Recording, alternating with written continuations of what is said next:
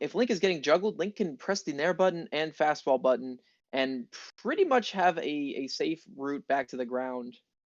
Um, so it's gonna be interesting to see. And Link definitely has a longer sword, but a little bit of a slower couple of options. And then of course Meta Knight has no projectiles, whereas Link will be. So I think if Fish Tacos can you scout out the approaches from Tuss, it's going to be really hard for Tuss to get any momentum going. But if he just plays super aggressively in Fish Taco's face and doesn't give him any space to use his projectiles or his strong long hitboxes, I think this is an even matchup, and we're going to see who can come out on top.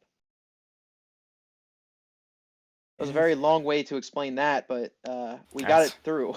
hey, that's perfectly okay. Sometimes though, not many matchups in this game are just easy enough to boil down into like whatever it is, 3 words. Because Meta Knight, while Link should have every advantage in neutral in a lot of ways, like he has a much more flexible time playing around characters, different items that have different strengths at different periods. All Meta Knight needs is one dash attack and or dash grab to get something started and to start taking stocks. And that innate 50-50 can be kind of spooky to go up against, especially when you're in Fish Tacos in this position, down 3 stocks to 1. Tuss has proven that he has got the combo routes and the strings, the edge guarding flowcharts, all of those are on deck. So now Fish Tacos isn't just playing against Meta Knight, he's playing against a Meta Knight that's ready to kill him. Yes, and I honestly, the wealth of game experience, having played over 1,000 games as this character, can definitely, you can definitely bet that there has been a couple links in there that Tuss has gotten some experience off of.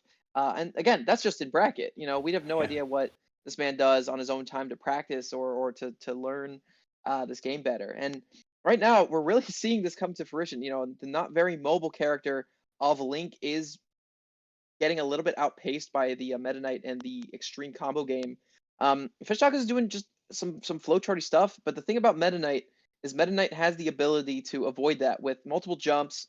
Not insanely fast Ooh. airspeed, but you know some pretty fast attacks to compensate. And honestly, that game one is pretty evident that this is going to be an uphill battle for our man Fish Tacos. Yeah, he tried to pull out the bomb just a little bit too late, not stuffing his drift back soon enough. But man, Tuss looked in proper form to not only take this game, but he looks like he's prepared to be a shoe-in for top 32. The winner of this game, of course, playing in that qualifier against Monkey BenQ. It's a rough road ahead if you're Fish Tacos, but I liked what he was doing towards the end of that game. But despite his DI being a little bit off on the final hit, he started to respect Meta Knight's range a little bit more with how fast that laser sword can be.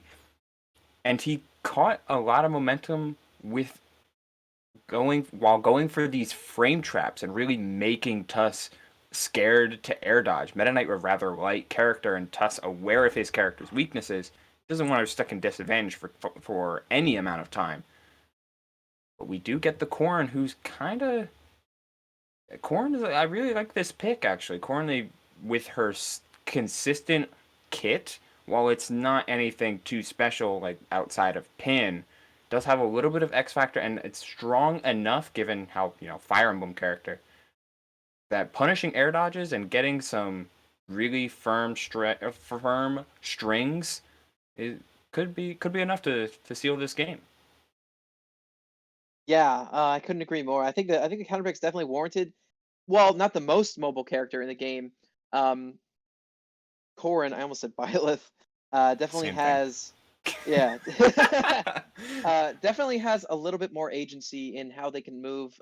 Link not being too agile, um, especially against a character who is really fast and mobile, and also has that which can really pick up whiffs or just bad disadvantageous positions for Tuss. And I'm gonna agree with you. I think this counter pick is definitely gonna suit Fish Tacos well. As long as you can keep playing just the straightforward kind of neutral game plan that Corrin brings in a similar way to a lot of the forget what I was saying. Mennonite's Dimensional Cape. Let's talk about that for a moment, because holy moly, what a move!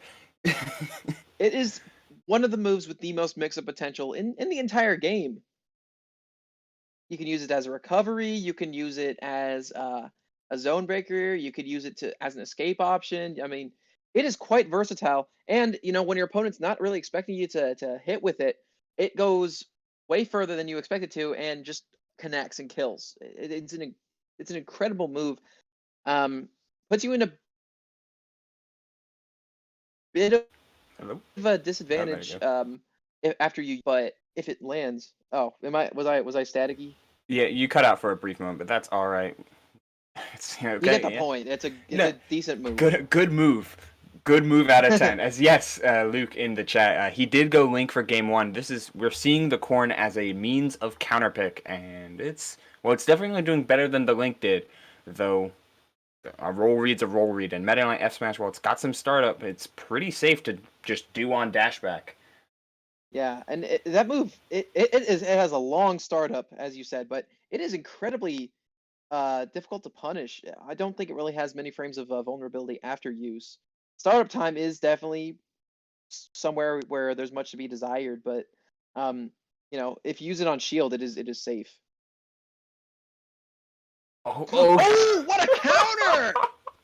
Okay, so that was the third time. Fourth. What a counter! Oh! Four times in that match, or in that game, did we see the dimensional slash as opposed to just the dimensional cape.